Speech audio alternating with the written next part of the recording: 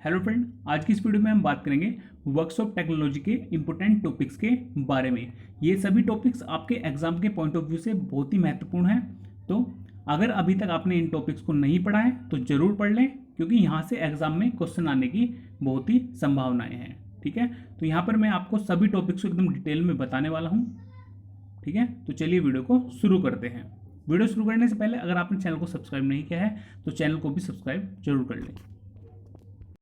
तो workshop technology के अंदर सबसे पहले यहाँ पे आपको वेल्डिंग को पढ़ना है। ठीक है, वेल्डिंग को पढ़ना है और वेल्डिंग का जो क्लासिफिकेशन है वो भी आपको अच्छे से पढ़ के जाना है, क्योंकि क्लासिफिकेशन से भी वो काफ़ी सारे क्वेश्चन पूछता है। ठीक है, क्लासिफिकेशन में यहाँ पे क्वेश्चन बनते हैं जैसे सॉलिड स्टेट वेल्डिंग हो गया, लिक्विड स्टेट वेल्डिंग हो गया, solid and liquid state welding हो गया। ठीक है, तो इनके जितने भी क्लासिफिकेशन है सॉलिड स्टेट के, लिक्विड के या सॉलिड लिक्विड के जितने भी हैं, इसमें cold welding, diffusion, hot force, ये सभी आपको क्लासिफिकेशन को अच्छे से कंप्लीट करके जाना है, क्योंकि यहाँ से क्वेश्चन एग्जाम में पूछता है। ठीक है, तो क्लासिफिकेशन आप अपना अच्छे से वेल्डिंग का करके जाए।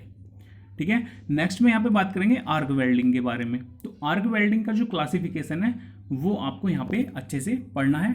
ठीक है, आर्क वेल्डिंग और इसका क्लासिफिकेशन। तो आर्क वेल्डिंग की क्लासिफिकेशन के बारे में भी मैं आपको बता देता हूँ। यहाँ पे इसका जो क्लासिफिकेशन है वो दो तरह से होता है, कंज्यूमेबल इलेक्ट्रोड के बेस पर और नॉन कंज्यूमेबल इलेक्ट्रोड के बेस पर। कंज्यूमेबल इलेक्ट्रोड के बेस पर जो इसके जो आर्क वेल्डिंग है वो है shielded metal arc welding, submerge arc welding, ठीक है, MIG होता है, और फ्लक्स कोर आर्क वेल्डिंग। तो इन सभी वेल्डिंग को आपको पढ़ के जाना है। आर्क वेल्डिंग का क्लासिफिकेशन है और इन सभी वेल्डिंग को आपको डिटेल में पढ़ना है। उसके बाद नेक्स्ट में आर्क वेल्डिंग का जो क्लासिफिकेशन है वो होता है नॉन कंज्यूमेबल इलेक्ट्रोड के बेस पर। ठीक है, और नॉन कंज्यूमेबल इलेक्ट्रोड के बेस पर जो वेल्डिंग आती है उसमें होता है आपका TIG welding, atomic hydrogen, stud arc welding और प्लाज्मा आर्क वेल्डिंग। ठीक है, तो ये क्लासिफिकेशन आपको कंप्लीट करके जाना है, क्लासिफिकेशन ऑफ आर्क वेल्डिंग का। ठीक है, यहाँ हुई आर्क वेल्डिंग की बात। ठीक है, ठीक है, यहाँ पे मैंने नीचे भी लिखा हुआ है on the basis of consumable electrode और on the basis of non consumable electrode. ठीक है, इस बेस पे यहाँ पे आर्क वेल्डिंग का जो क्लासिफिकेशन होता है। ठीक है, नेक्स्ट में उसके बाद आपको पोलैरिटी क्या होती है, जैसे कि स्ट्रेट पोलैरिटी होती है। ठीक है, उसके बाद होती है रिवर्स पोलैरिटी। तो ये सभी आपको पढ़ के जाना है, क्योंकि यहाँ पे पोलैरिटी से भी आपके क्वेश्चन बनते हैं। तो पोलैरिटी को आपको कंप्लीट करके जाना है। उसके बाद बात करेंगे फ्लक्स में। तो फ्लक्स में कौन कौन से टाइप के फ्लक्स होते हैं, ठीक है, उनके बारे में भी आपको नॉलेज होनी चाहिए, कौन से फ्लक्स होते हैं। ठीक है, उसके बाद इलेक्ट्रोड। ठीक है, तो टाइप ऑफ इलेक्ट्रोड, कौन कौन से टाइप के इलेक्ट्रोड होते हैं वो भी आपको पढ़ के जाना है। इलेक्ट्रोड के बारे में कंप्लीट नॉलेज आपको होनी चाहिए एग्जाम के लिए। इलेक्ट्रोड में आपको इलेक्ट्रोड पढ़ने के बाद में इसका क्लासिफिकेशन भी आपको पढ़ना है। ठीक है, क्लासिफिकेशन में जैसे कि on the basis of consumption electrode और एक होता है नॉन कंजप्शन। ठीक है, तो दोनों टाइप के इलेक्ट्रोड को आपको पढ़ के जाना है, यहाँ से भी क्वेश्चन वो पूछता है। ठीक है, तो ये इलेक्ट्रोड भी आपको अच्छे से कंप्लीट करना है। उसके बाद नेक्स्ट में बात करेंगे यहाँ पे वेल्डिंग स्ट्रक्चर के बारे में। तो आपको वेल्डिंग स्ट्रक्चर पढ़नी है। ठीक है, वेल्डिंग स्ट्रक्चर में आपको पढ़ना है जैसे कि फेस ऑफ द वेल्ड किसे बोलते हैं, उसके बाद वेल्ड टोई क्या होता है, रेनफोर्समेंट क्या होता है, पेनिट्रेशन क्या होता है, वेल्डिंग रूट क्या होता है, थ्रोट ऑफ वेल्ड क्या होता है। ठीक है, तो इन सभी वहाँ पे पूछता है टर्म्स, ये कि थ्रोट क्या होता है, रूट क्या होता है। ठीक है, तो इन सभी टॉपिक्स को आपको कवर करके जाना है वेल्डिंग स्ट्रक्चर के अंदर। ठीक है, तो ये सभी टॉपिक आपको जहाँ से मिलते हैं, ऑनलाइन मिले या बुक से मिले, बट कहीं से मिले, ठीक है, ये आपको कंप्लीट करके जाना है। इसलिए मैं बता रहा हूँ, क्योंकि एग्जाम के पॉइंट ऑफ व्यू से ये काफ़ी इंपॉर्टेंट है और काफ़ी बार यहाँ से एग्जाम में क्वेश्चन आ चुके हैं इन टॉपिक से, तो इसलिए ये टॉपिक्स मैंने आपको बता रहा हूँ एग्जाम के लिए। ठीक है, नेक्स्ट में आपको रेजिस्टेंस वेल्डिंग आपको करनी है और उसके टाइप। ठीक है, रेजिस्टेंस वेल्डिंग और उसके टाइप। रेजिस्टेंस वेल्डिंग भी यहाँ पे काफ़ी इंपॉर्टेंट है। रेजिस्टेंस वेल्डिंग के अंदर जैसे कि आपके आते हैं, इसमें स्पॉट वेल्डिंग है, ठीक है, जो कि बहुत ज़्यादा इंपॉर्टेंट है। उसके बाद सीम वेल्डिंग है, प्रोजेक्शन वेल्डिंग है। ठीक है, तो इन सभी वेल्डिंग को आपको मतलब एकदम डिटेल में पढ़ के जाना है। ठीक है, क्योंकि यहाँ से क्वेश्चन रेजिस्टेंस वेल्डिंग से 100% एग्जाम में बनता है। तो ये रेजिस्टेंस वेल्डिंग और उसके टाइप आपके अच्छे से कंप्लीट होने आवश्यक हैं। उसके बाद बात करेंगे सोल्डिंग और ब्रेजिंग के बारे में। ठीक है, दोनों का डिफरेंस और इनके बारे में डिटेल से आपको पढ़ना है, सोल्डिंग ब्रेजिंग के बारे में। ठीक है, इनका टेम्परेचर कितना होता है दोनों का, ठीक है, और कौन कौन सी यहाँ पे जरूरी टर्म्स है सोल्डिंग ब्रेजिंग की, वो सभी आपको पढ़ के जानी है। उसके बाद नेक्स्ट में आपको पढ़ना है थर्मिट वेल्डिंग के बारे में। ठीक है। थर्मिट वेल्डिंग के बारे में भी पूरा आपको इसकी विद इमेज आपको देखनी है किस तरह की इमेज होती है, और पूरा एकदम डिटेल में इसके बारे में पढ़ के जाना है, क्योंकि यहाँ से काफ़ी बार क्वेश्चन बनते हैं थर्मिट वेल्डिंग से, ठीक है। और यहाँ पे एल्यूमिनियम जो आयरन ऑक्साइड और एल्यूमिनियम से जो परसेंटेज रेशो होता है वो भी यहाँ से काफ़ी बार क्वेश्चन पूछा जाता है, तो वो भी आप अच्छे से तैयार कर लें। कुल मिला के ये है कि थर्मिट वेल्डिंग आपको अच्छे से पढ़ के जानी है, ठीक है। नेक्स्ट में बात करेंगे गैस वेल्डिंग के बारे में। तो गैस वेल्डिंग भी आपको यहाँ पे डिटेल में पढ़नी है। गैस वेल्डिंग को डिटेल में पढ़ने के साथ साथ आपको oxygen cylinder and acetylene cylinder के बारे में भी पढ़ना है, ठीक है। इनके अंदर जो गैस भरी होती है उनका कितना प्रेशर होता है, ठीक है। तो इस तरह से इनका कलर किस तरह का होता है ऑक्सीजन सिलेंडर और एसिटिलीन सिलेंडर का, यहाँ से भी क्वेश्चन बनते हैं, ठीक है। और इसी तरह क्वेश्चन ही आपके एग्जाम में आने वाले हैं, तो इन सभी टॉपिक को आपको अच्छे से यहाँ पे कंप्लीट करना है। उसके बाद नेक्स्ट में बात करेंगे फ्लेम के बारे में, ठीक है। तो गैस वेल्डिंग में जो फ्लेम यूज होती है, जैसे कि न्यूट्रल फ्लेम है, ऑक्सीडाइजिंग फ्लेम है, कार्बोनाइजिंग फ्लेम है, तो इन्हीं सभी फ्लेम के बारे में भी आपको डिटेल से पढ़ना है, ठीक है। इनका कितना टेम्परेचर होता है, कौन सी ज़्यादा चमकदार होती है, कौन सी ज़्यादा वेल्डिंग में यूज़ होती है फ्लेम, तो इस तरह से आपको यहाँ पे फ्लेम के बारे में भी कंप्लीटली पढ़ना है, ठीक है। उसके बाद लास्ट में बात करेंगे वेल्डिंग डिफेक्ट के बारे में। तो वेल्डिंग डिफेक्ट भी आपको पढ़ना है, क्योंकि वेल्डिंग डिफेक्ट से भी क्वेश्चन आते हैं, ठीक है। वेल्डिंग डिफेक्ट में यहाँ पे आपका आर्क ब्लो होता है, अंडर कटिंग होता है, पोरोसिटी होता है, ओवरफिलिंग होता है, इनकम्प्लीट डिफ्यूजन होता है, डिस्टोर्शन होता है, ठीक है, स्लग इंक्लूजन होता है। तो ये सभी जितने भी इसके वेल्डिंग डिफेक्ट हैं वो सभी आपको यहाँ पे अच्छे से कंप्लीट करके जाने हैं एग्जाम में, क्योंकि यहाँ से भी क्वेश्चन बनते हैं वेल्डिंग डिफेक्ट से।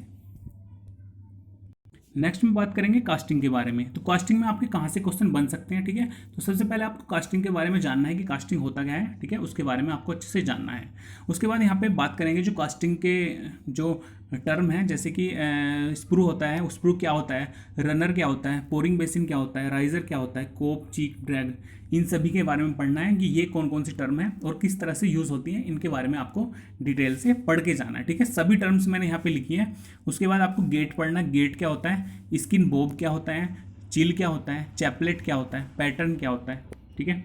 इन सभी टर्म्स को जो भी मैंने बताए हैं वो आपको पढ़ के जाने हैं, और यहाँ से काफ़ी बार एग्जाम में क्वेश्चन बन चुके हैं, तो इसलिए मैंने इन सभी जो टॉपिक हैं, ठीक है, जो यहाँ पे टर्म्स दी गई हैं, इन सभी को मैंने यहाँ पे इंक्लूड किया है, क्योंकि ये एग्जाम के पॉइंट ऑफ व्यू से बहुत ही इंपॉर्टेंट है। इन सभी जो ये सभी मैंने बताए हैं, कोप, चीक, ड्रैग, पोरिंग बेसन, इन सभी को आपको अच्छे से पढ़ के जाना है, क्योंकि यहाँ से ये एग्जाम के लिए बहुत ही ज़्यादा इंपॉर्टेंट है और यहाँ से क्वेश्चन बनते हैं, ठीक है। नेक्स्ट में बात करेंगे टाइप ऑफ अलाउंसेस, ठीक है।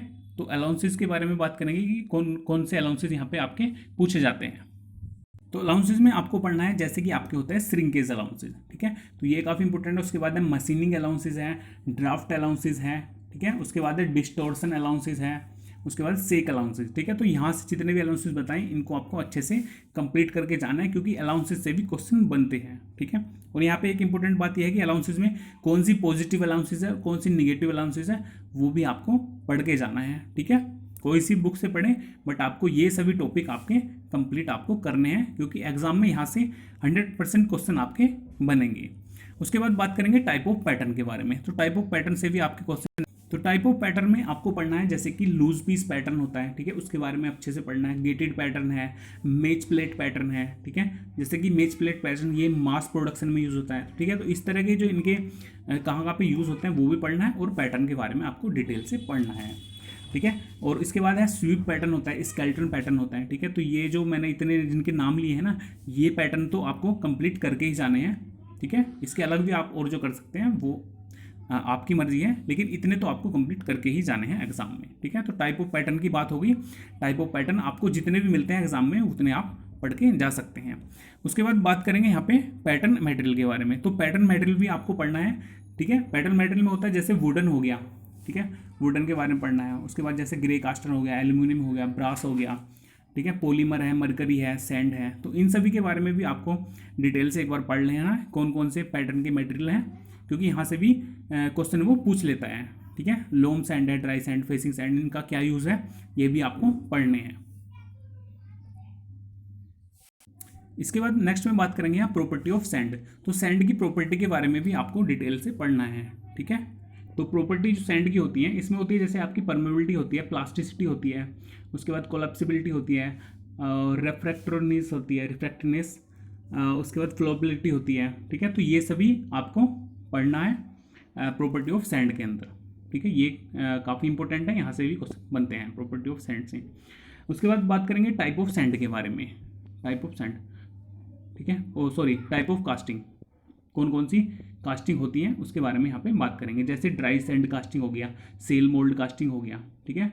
तो इनके बारे में पढ़ना, इन्वेस्टमेंट कास्टिंग हो गया। तो ये सभी कास्टिंग से भी आपके क्वेश्चन बनते हैं। तो जितने भी टाइप के कास्टिंग के टाइप मिलते हैं वो सभी आपको एग्जाम के लिए पढ़ के जाने हैं, ठीक है। अभी सिलेबस आपका जब भी आ जाएगा, एग्जाम शेड्यूल के साथ ही आपका सिलेबस आएगा, तो उससे पहले आप इन सभी टॉपिक को अपने कंप्लीट करके रखेंगे, क्योंकि यही क्वेश्चन आपके एग्जाम में आने वाले हैं। नेक्स्ट में बात करेंगे कास्टिंग डिफेक्ट के बारे में, ठीक है। तो कास्टिंग डिफेक्ट में बता देता हूँ। कास्टिंग डिफेक्ट में आपका जैसे कि ब्लो होल्स होता है, स्कैब होता है, गैस होल होता है, पिन होल होता है, ठीक है। उसके बाद यहाँ पे पोरोसिटी होती है, वो भी आपको पढ़ना है, ठीक है। उसके बाद जो डिफेक्ट होते हैं ड्यू टू सैंड, इसमें आता है इंक्लूजन, ड्रोज, वॉश, डर्ट, स्वेल, ठीक है। तो ये सभी आपको कंप्लीट करने हैं कास्टिंग डिफेक्ट, क्योंकि यहाँ से भी क्वेश्चन बनते हैं। उसके बाद एक इंपॉर्टेंट है यहाँ पे, पेनिट्रेशन भी पूछता है काफ़ी बार। उसके बाद रेल टेल होता है एक, ठीक है। हॉट टीयर्स होता है, मिश्रण होता है, कोल्ड सट होता है, ठीक है। तो ये जितने भी मैंने यहाँ पे नाम लिए हैं, इन सभी को आपको कंप्लीट करके जाना है, क्योंकि यहाँ से एग्जाम में क्वेश्चन आपके बनते हैं और ये काफ़ी इंपॉर्टेंट भी है और यहाँ से काफ़ी बार एग्जाम में क्वेश्चन आ चुके हैं ऑलरेडी, ठीक है। तो ये सभी इतने आपका सिलेबस नहीं आता है, इतने आपको ये सभी टॉपिक्स कंप्लीट करके रखना है। उसके बाद जैसे ही आपका सिलेबस आ जाता है, फिर आपको पॉइंट टू पॉइंट उन्हीं टॉपिक्स को कवर करना है, ठीक है। तो ये थी आज की वीडियो अच्छा लगा हो तो इसे लाइक करें और चैनल को सब्सक्राइब भी जरूर कर लें। Thank you.